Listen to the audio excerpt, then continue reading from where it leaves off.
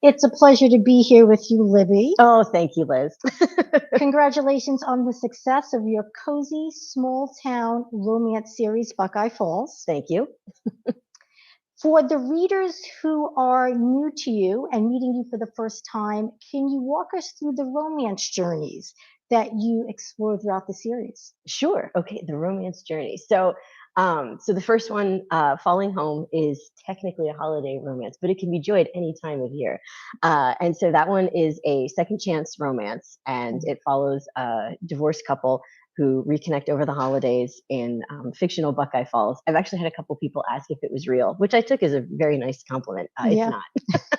It's kind of half Indiana, half Ohio towns that we've visited. But anyway, so that one is Second Chance, and it involves a small town diner chef and his ex-wife, Ginny, or his name is Max, and Ginny, who works in New York City, much like a Hallmark book. She comes home for the holidays and falls in love. And that one was a lot of fun because it was an introductory to the other characters, and when I started writing it, I hoped it would become a series, and so I really enjoyed writing the characters that, as you will learn in a moment, are the other ones in the rest of the series. So, but yeah, so it's definitely on the sweeter side. It's pretty sappy. I mean, people like it a cavity reading it, but that's why I wrote it that way, because I really like really sappy escapist romance books. Although having said that, I also like, stuff that's a little steamy. You also like it hot. Yeah, I know. So I already forgot the rest of the question. Now I'm just rambling. Well, you covered book one. Okay.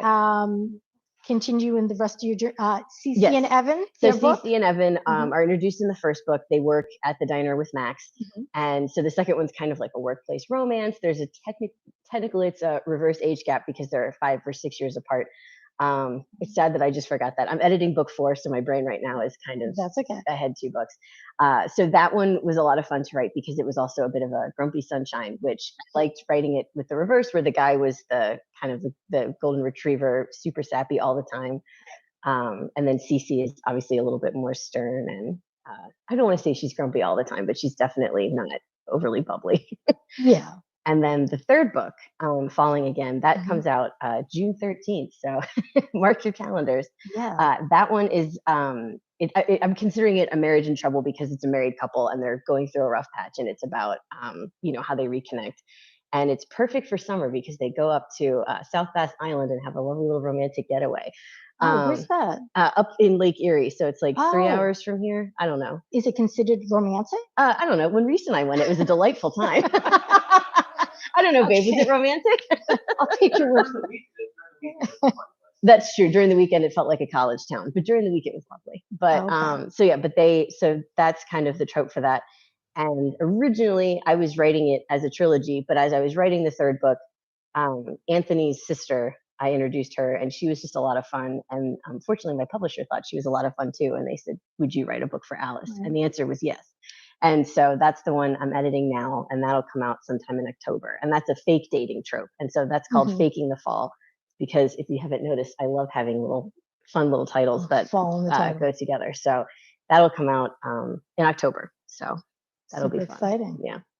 So digging more into characters, yes, I have 3 speed round questions for you. Which sassy character did you have the most fun writing? I would say Natalie, because she gives it to both Ginny and CeCe in the first 2 books. And then the third book was fun because she kind of had to eat some humble pie when she started to go to them for advice. And so it was fun giving her a little bit more depth in the third book. I like that you picked Natalie because now that's a teaser for book 3 that everyone can pre-order now. Yes. Correct? Available on all major book platforms. That's right. Which Buckeye Falls character was most challenging to bring to life on the page? I would say Anthony. And again, not just because it's in the third book coming out, but he, if you've read the first books, is not very nice in the first book. And so it was fun giving him, again, more depth and having kind of like a redemption arc of him becoming a better mayor, a better husband and father, and just a better person and friend. So that was challenging because when I was going back and rereading certain passages, I thought, my God, I really hate him sometimes. And then I thought, no, but he has to be the hero of book 3. So just how I kind of had him get slowly better through the first two. Right. That was challenging, but it was fun. I liked that Yeah. it was a little different. Well, so far, all roads lead to book 3. Yes. Again, Falling Again, June 13th. You could pre-order that now. Which culinary gifted character would you ask to make you dinner? Oh, Max, hands down. Okay, is it because of the enchiladas? It's because, yeah, he makes enchiladas, but I don't know. I feel like he would be, CeCe is just so focused and driven. I don't think she would be any fun in the kitchen. I think she wouldn't want you in the kitchen, but I feel like Max would like make it an experience. Okay, that's interesting. Which character would you like to introduce into the Buckeye Falls universe? Now, I know that 4 is already planned out, but is there someone that you would, if you were to get a book 5, you'd be like, oh, I'd like to throw this type of character in, or maybe, invent something. If together, insert joke here. I really want Mallory, who is Evan's sister in the second. Well, I guess she's Evan's sister in all the books, but she's introduced in the second book. Yeah. So I would like to have her have her own book, because she plays a part in book 4 as well, because she's friends with Alice, who's the heroine of book 4. So so I have, in my heart of hearts, I have a story for her, like roughly outlined. I mean, on paper too, just not enough to actually have it be a book. But I definitely would love, if we're going to continue the Buckeye Falls journey, to give Mallory a story. Yeah, I agree. I would love that. World building. Okay. It's incredibly important in cozy small town fiction, whether it's romance or not. In romance, you have to fall in love with the main characters. You also have to fall in love with the town, because that's part and parcel of that setup. So how did you decide on who and what became part of the Buckeye Falls universe? Like, did you have a checklist of must-haves, like must have a diner, must have a sassy, server? I forget. Helen. Helen, yeah. So, I mean, how did you figure out who and what circumstances, what businesses made it into that world? Well, I pictured it, like I said, it's kind of a combination of a couple towns. We used to live in Indiana, so some Indiana towns and some Ohio towns. And I just wanted it to have that Hallmark feel, where there's a main street, there's a library, there's the restaurant that everyone goes to. Town Hall plays more of a role. Again, I keep talking about the 3rd book, but Town Hall plays more of a role. Which you can pre-order. Yes, June 13th. Okay. But I wanted it to have that feeling of, I wanted it to be over the top, cliche and cozy. And it was just something that when people read it, they're like, oh, yeah, here. And like even the clothing store that they talk about briefly in the 1st book, in the 4th book, there's a scene where characters actually go into the shop and start buying clothes. So I wanted things I talk about. I don't know. There's that thing about, if you, obviously I don't have anything like this in my books, but if you show a gun in Act 1, you have to shoot it by Act 3. Like I'm trying to have every building, have a purpose. Like the hardware store in book 4, like there's a moment that happens there that's important. And I just wanted to kind of build on that, because I don't know. I want it to feel more authentic and not just feel like a backdrop. But so the world expands as the series goes on. Yes, and there's a secondary town, more so it's mentioned in the first. Actually, I think it's mentioned in all of them. Elm River is like the sister town, and so that plays more of a role in the 4th book as well. So again, I'm trying to get, and the 3rd, actually, now that I'm thinking about it, I'm trying to just have it. The 3rd, really? I haven't heard anything about the 3rd. I know I don't even know when it's coming out. Oh, that's interesting. Now, did you, as far as writing, and we can get more into your process later, but when we're talking about the cozy world building, is there something you do to get into that headspace, to get cozy and want to write about these intimate settings and, close, forced proximity situations? I literally get cozy. When I'm writing, I always like to write on the couch. And so I like to literally be cozy. When I'm editing, I have to be at a table. I don't know why. I can't think analytically if I'm not sitting at a table. But no, I sometimes I listen to certain songs. Reese will know, because I'll be like, hey, can we go to that diner in Galena? Because I'm thinking about a diner scene and I just love the vibe there. So that'll be when he knows, is when I'm like, hey, we need to go to this restaurant right now. But in general, it's just, I like to physically be cozy when I'm writing. That makes sense. I'm glad you mentioned restaurant and diner, because that's a good segue into my next question about food. Food is prominently featured in Buckeye Falls. Yes. What role does food play in the love lives of your main characters? It's definitely in the first book for Max and Ginny, his love language, because he's making her grilled cheese sandwiches and, enchiladas. And obviously I have a thing for cheese. Yes, that is.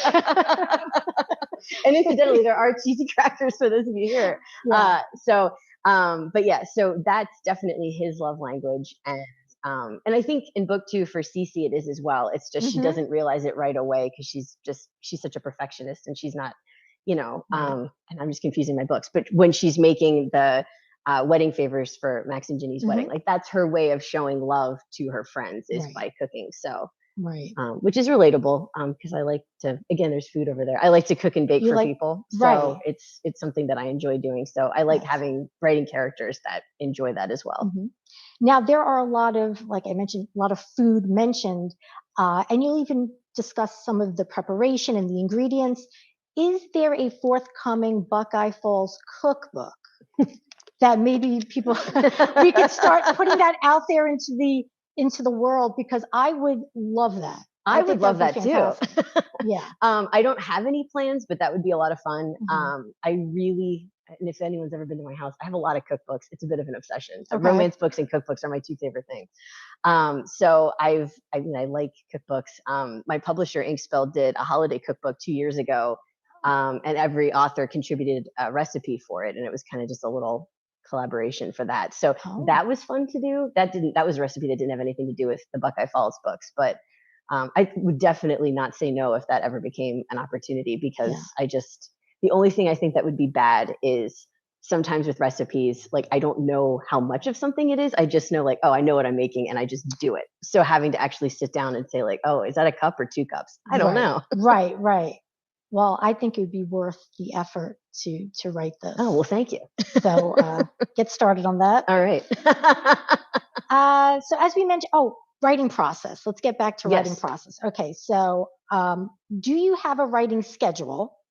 Are you a pantser or a plotter? And do your characters talk to you, and do you listen? Go. Okay.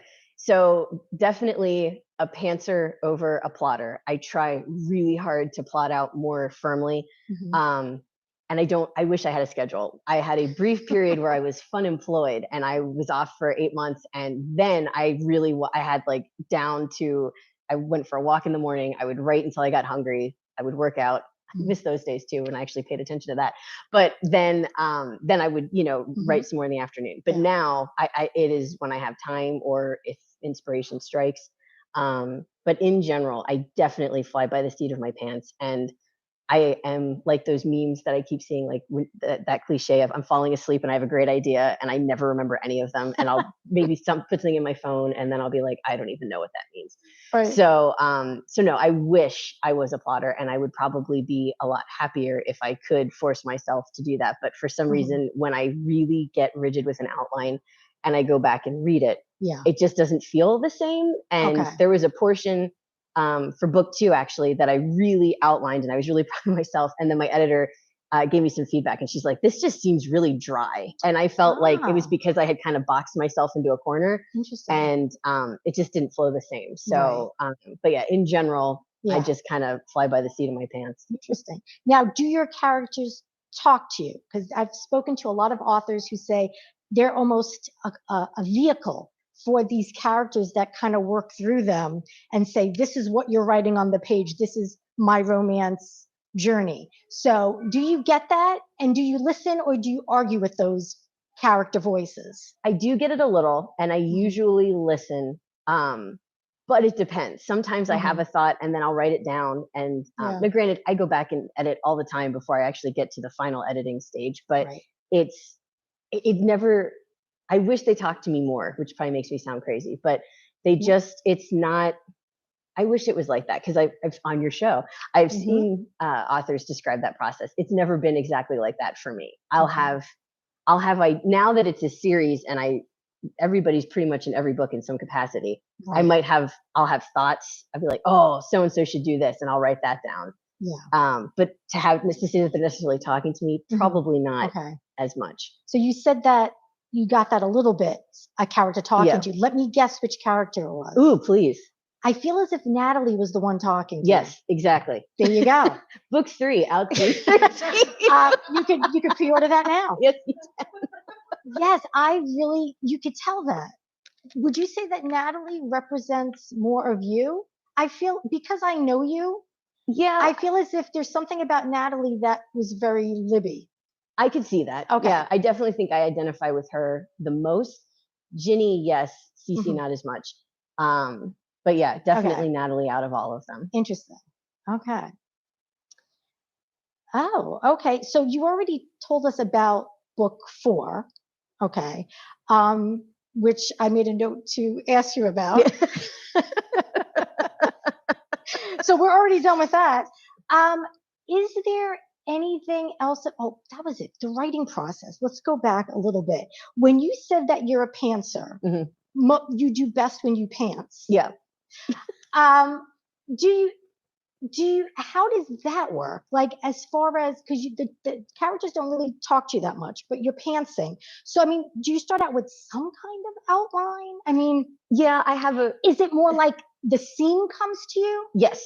first, okay, Yes. and then you write the characters into that, like, Yes. or okay, And I always, when I finish a chat, I always try to leave unless something happens and I literally can't get back to it. But I always try to end a chapter and then start notes for the next chapter of what I want to have happen, because sometimes I'll forget, and sometimes just me reading, 5 paragraphs of so and so does this and they should feel this way or whatever.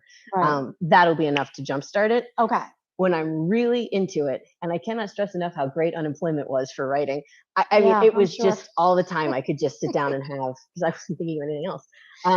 But that was, I felt like it came a lot more organically. But in general, I always have notes when I finish a chapter of what I want to have happen. That's not always what ends up happening, because I might have another thought in the meantime. right, But I'll have probably like 5 or so pages of notes at the beginning of my document okay, of things I want to say. And then as I'm writing, if I feel something should be happening later in the book, I'll add that to the end and say, these are notes for later in the book. okay. The weird thing is I always end up writing the epilogue a third of the way through every book. Now that's an interesting reveal. Don't know why. I'll be about a third of the way through. Yeah. I'll have an idea and I'll quick write the epilogue. I always have to, Does fine that tune ever it. change, or does that pretty much No, stay the it's same? pretty much, Really? yeah. And I don't know if I don't pay that much attention when I look back at the end of it, but I'm wondering if maybe I'm saying something in the third part of every book that's like, that should be how it ends. But Right. I mean, obviously they're not to ruin it. They're all happily ever after. So I'm Yeah. not really killing the endings, but yeah. Okay. Now, editing. I know that's something a lot of readers usually want to know from an author. Oh, what's the editing process like? Horrible. Well, yeah, go with that. How horrible is it? How many passes are there? Like, is it, oh, here's one list of edits, you do it and then you're done? I mean, how many rounds? For instance, like for each of your novels, how was the editing for each of them? Did it get easier? It does and it doesn't. So for the first, so for the non-related to Buckeye Falls, I had a holiday novella come out last year, and that one I had originally thought I was going to have it published elsewhere, and then that fell through, and then I took it to Inkspell. So I ended up having a separate group of people that I worked with that helped me edit that one. So I still had edits to do when I came to Inkspell, and with all of them, we get 3 passes once everything's under contract. So the first one I just got for book 4 is a lot of grammar, because my grammar's not great. There's words which I'm sure I'm repeating right now repetitively, but there's a lot of times I won't realize each book has like a hot word that my editor's like, please stop saying this word. Is it cheese? It's not cheese. Oh, it was like just in book 2. I apparently said just like 4 times a page, and she actually stopped highlighting, and I'm just like, I'm just going to do a Control F and just delete all of these, because apparently everything was just happening and it's just this and just in the nick of time. And I'm like, oh, just. But yeah, so the first one's a lot of grammar, and then each book so far, and it'll happen again because it's happening now, I always end up having to write one more chapter, because there's a section that my editors have felt like there's, how did we get here from here? It'd make more sense if they did this. Again, the first book, maybe that was the second book. This is the bad thing. Probably the third book. It's probably the third book. But they end up, no, because it was Max and Ginny. They go for ice cream. That was a whole new chapter I wrote, because she said it felt like there wasn't something connecting how they were feeling versus how they ended up in the next chapter. She's like, there needs to Okay. be something So bridging it's it. some kind of a bridge. Yeah. Okay. And so, Gotcha. and I can't remember what the chapter was in book 2, and in book 3, I don't want to say because it's not out yet. I don't want to ruin the fun, but yeah, it was fun. Yeah. But yeah, and so that's something I'm noticing, but that usually is mentioned in the first, and then by the time we're done with the third, the third's the easiest because that's just going through and making sure that, the content they suggested changed or the grammar, everything's been updated. And then, well, I guess technically there's a fourth because then I get the actual formatted document and I just scan through to make sure everything looks right, just as like a last minute. Yeah. Everything's okay, pass. Yeah. So technically it's 3 rounds of edits, but 4 if you count me looking through, because I'll catch, like with Just, I'm like, oh God, there it is again. And I ended up deleting a couple extras on the last minute, but. It's interesting because I don't recall ever hearing you say just in conversation. Well, that's good to know. So, apparently I put it all in paper. You just spew it right on the page. That's where you put them. Book 4. Are you able to tell us a little bit about book 4? Sure. Because we spent a lot of time about book 3. But yeah. Yeah. So book 4 is, it's called Faking the Fall. And I can't wait to show you the cover. It's my favorite one so far. Which I guess I shouldn't say that. That sounds funny, but it is. It's great. But it's a fake dating trope, and it's Anthony's sister Alice, who's introduced in the 3rd book, and she's a bit of a troublemaker, and so it's her kind of growing up, and she ends up falling for an artist who moved to Buckeye Falls after a divorce, and so she inadvertently becomes his muse. And so it's kind of him finding love again, her finally growing up. And so it was a lot of fun to write. Yeah. Because I'm not an artist either. So I had to do a little librarian research to make sure what I was saying made sense. Because I'm like, yeah, I think that's what they would do. And I'm like, nah, that doesn't sound right. So. Right. I'm glad you mentioned being a librarian as your day job. Yes. How has that helped, or has it hindered your romance writing craft? Oh, totally helped. I mean, I've been a librarian for 15 years, and I used to work in public libraries. And so, and the librarians in the room get this. Publishers Weekly and book lists and all this stuff. I mean, I still read all that all the time because I just like to read all that. But I feel like that job really, in general, helped me know like what the trends were, what was, I remember when the first set of illustrated covers started coming out, and we're thinking like, this is going to be something. And now that's all you see. Yes. Which I don't mind. I like them. But yeah, I definitely think being a librarian has helped with, understanding the world of publishing better. I also think, I'm not saying it, really they're not, but you would have interactions with a patron and something funny would happen, and you kind of save it and you're like, I don't know if I'm ever going to use that, and then you end up using it. And actually in book 4 there's a librarian side character, and so she is kind of a combination of a couple librarians that I've worked with before. None are in this room, I swear. I can feel you getting like you would admit it though. Yeah. Anyway. So but yeah, so I definitely think it helps. And when there's something I want to write about and I don't know, I feel like I use my librarian chops to do some research, because my first novella, Snow and Love, was about Paralympians, and I just had this idea, but I didn't know anything beyond what I would watch every 4 years on TV. And so I had to do some real research on terminology, because again, I'm not a skier, and I'm like, well, that doesn't sound authentic. So I had to do some research to make sure what they were saying was actually what they would say, and didn't just sound like a, like a surf's up thing. Yeah, I didn't want that it to was sound very like well that. done, because it did feel as if you had a fairly intimate knowledge of skiing and Paralympians. Thank you to my librarian degree. Yeah, for sure. All right, well, let's segue into the audience Q&A by talking about tropes. Ooh, yes. Libby, which romance fiction trope do you prefer to read?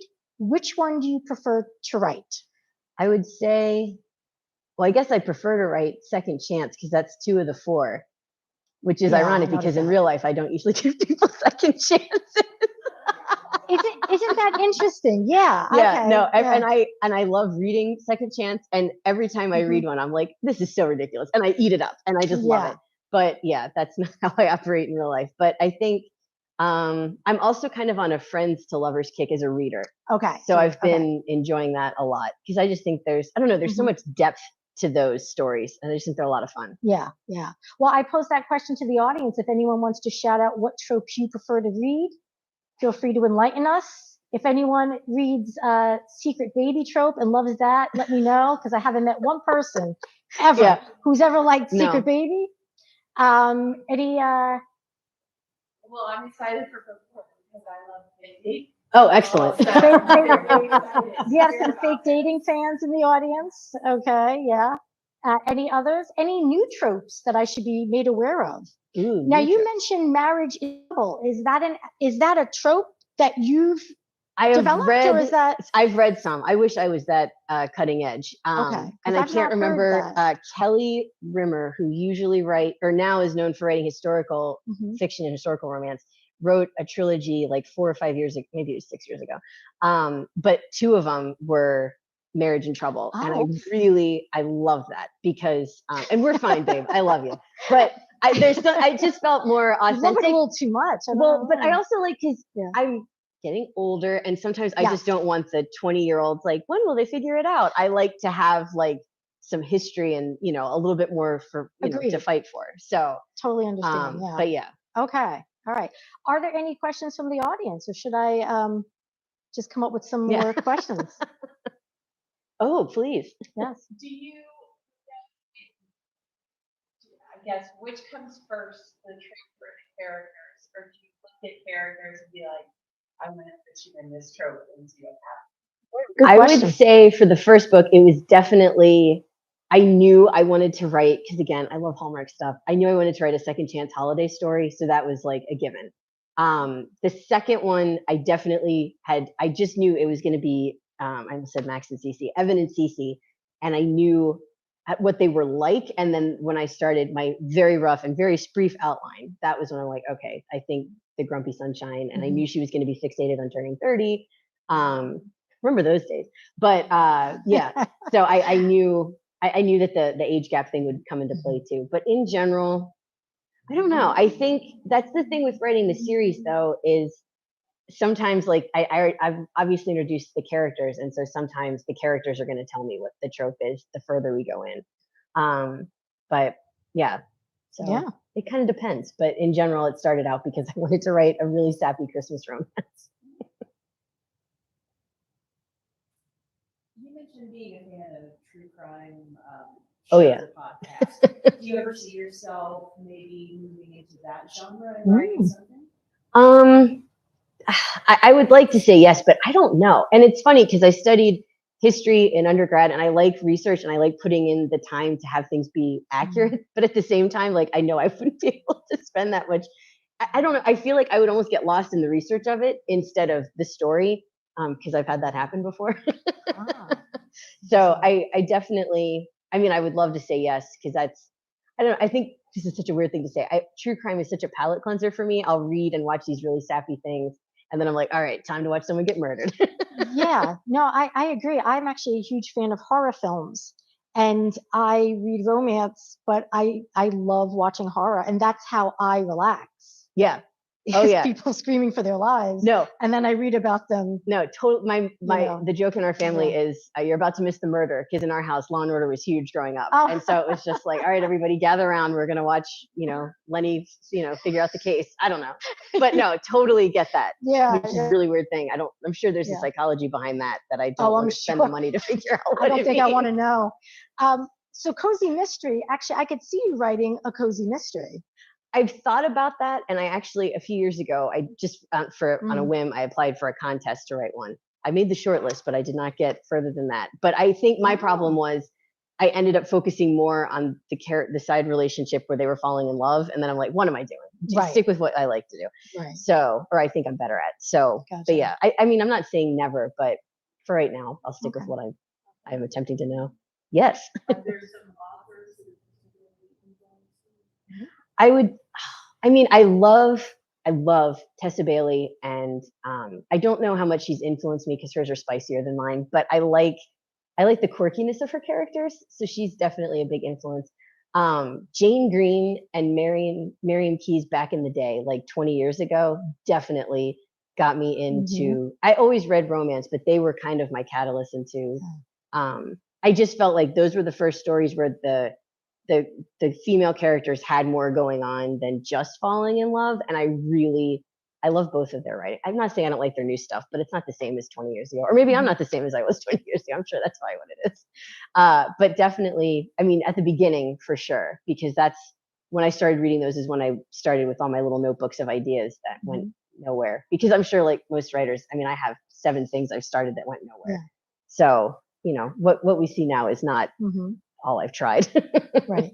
Is there a steamy romance in your future? I don't know. I'd have to give my parents fair notice. That's kind of I don't want to kill anybody. I think it would terrify them. No, I'm not. The third book, and I know I keep talking about the third book. The third book is technically the third book. What's I the name think of the it's called third book? Falling Again, out June 13th. Can you pre-order that? Yes, you can. Oh, okay. But that's actually more closed door because I thought it would be ridiculous if a married couple just kissed. So, well, the shenanigans are off the page, but you know it's happening. Yeah, I mean, depending how long they've been married, it might make sense that they just kissed. Well, that's true. Their marriage isn't that much in trouble. Okay. Well, that's good to know that we're not, you know, it's not totally, you know, in the toilet and then you have to resurrect it. No, it's not that bad. Okay. Book 3, that is. Yes, book 3. Okay. Falling Again? Yes. I want to make sure I got that title in. Any other questions? Oh. So when you sit down to write, like, you're gonna like, okay, I'm gonna sit and write for a while, or do you have like a word count goal or a time goal? Like, how does that work for you? I usually, if I know I have a lot of time, I have a word goal, which is funny because you would think I would then have a time goal. Like 1,000? I try. It depends. 1,500 is kind of my sweet spot where I feel like that's like a thought. So yeah. And fortunately, my husband's hobby when he's not injured is, you know, he's out for a while. So if he's like, oh, I'm going to go and ride my bicycle for 4 hours, I'm like, then I'm going to write for 4 hours. And then that'll be like, just guaranteed time. So once I really, really, really get into it, it's usually just word count and not time. And I'll just force myself to really lock in on it. Because sometimes if I give myself too much time, then I end up like navel gazing and I'm like, oh, I wonder what would happen if, and then I'm like, oh wait, I just planned dinner for the week and I haven't written anything. Yeah. So yeah.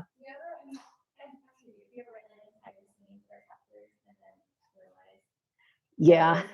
Maybe not a waste, maybe learn something about a character and figure out something different, but you're just like, oh, I just spent 8 hours. Yep. It's not gonna be in the book. Yeah. And that was really hard because that happened with I had to write a new chapter for Falling Home, but my editor, the one chapter I really liked, she's like, this is cute, but it's not moving the story along and it's really slow. And I'm like, but they were cooking together. And she's like, yeah, and then she was right. And we ended up leaving part of it and I took out part of it. And that was hard because I thought like, oh, that was fun. But then when I was an adult and stepped back and like, no, you're right. It really needed to go. But yeah, it's usually word count focused. Not saying I always get to the word count, but then, yeah. All right. Only one person hasn't asked any questions? Only one person hasn't asked a question. Okay. Yes. How do you come up with your character's name? Oh, yeah. Oh, good question. Max has always been my catch-all name when I was working on other stories, as is just like, oh, throwaway. I don't know why it's a throwaway name. It's a great name, but it was always just Max is the guy. And Ginny, I don't know how I've always liked the nickname Gin, and I knew someone when we lived in Georgia, that was her nickname, and she's nothing like that character, but I always liked that nickname, and so I thought, well, Ginny, because I wanted Max to have a nickname for her. So in general, I try not to write names of people I know directly. That kind of fell apart because I didn't realize it at the time, but I do know a Mallory. And so when I was writing Mallory, I'm like, I didn't think of the Mallory I know. And I had after the fact, I'm like, hey, just so you know, you're in a book, but it's not really you, it's just your name. And actually, I'm pointing because it's, you know who I'm talking about. Book 4's main character, the hero's name is James, and that was a total placeholder. And the James I know is nothing like the James in this book. But it was just, I started writing it and I didn't know what to call the person. And then I had written so much, I just thought of this person as James. And I'm like, well, you know, it's going to be James now. Do you just think of that? It's not like you Not always. I did, Evan, I Googled baby names for when he would have been born because I wanted like a kind of a common name. CeCe, I just always liked the name CeCe. I mean, and I've known a couple CeCes, they're nothing like her, but Evan, I did do the baby search. Alice just came to me because she's the sister of Anthony, and I am in a household where siblings have the same initials. So in my mind, that was what was going to happen there. Not that there's anything wrong with it, but yeah. So in general, I just kind of make them up. But Evan, I don't know why. I just felt like Evan needed to be, I don't know, because he's just such like a little puppy dog. And I'm like, he has to be very authentic, late 90s. All right. Thank you for your questions. Thank you. You have any questions for me? No. What are you reading now that you really like, Liz? You know me, I could talk books all day. One thing I wanted to get back to when you mentioned about the editing and everything about Yes. the pacing of your novels is so great. Like thank you. That's just something I wanted to say as a reader is I love the pacing. I love how I'm transported and just love all the characters, Thank it's like, you. oh, they're my friends, which is a whole other thing. Yeah. But well, I just wanted to end with my compliments as a reader of your work. Well, thank you. I really, really enjoy it. And I can't wait to read book 3. Which, if you didn't know, comes out June. I'm going to pre-order that. And book 4. And I really hope there's a cookbook. And I really hope somehow there's a book 5 or even a novella that's kind of number 5. Yeah. Because I'm not ready to let go of Buckeye Falls anytime soon. And I'm not either. I'm not saying I am. It's just this pesky brain is not quite figured out. I have ideas for Mallory, but every time I start, it just doesn't feel right. Okay. Because and you'll see her more in book 4, not book 3. So it's I don't know. She's not done yet. I just don't know. Maybe I should ask the real Mallory what she thinks should happen. Maybe you should. Well, I wish you continued success. Oh, thank you. And happy writing to you. Thank you. And thank you for joining me tonight. Well, thank you for asking me. It's been an honor. Oh, thank you.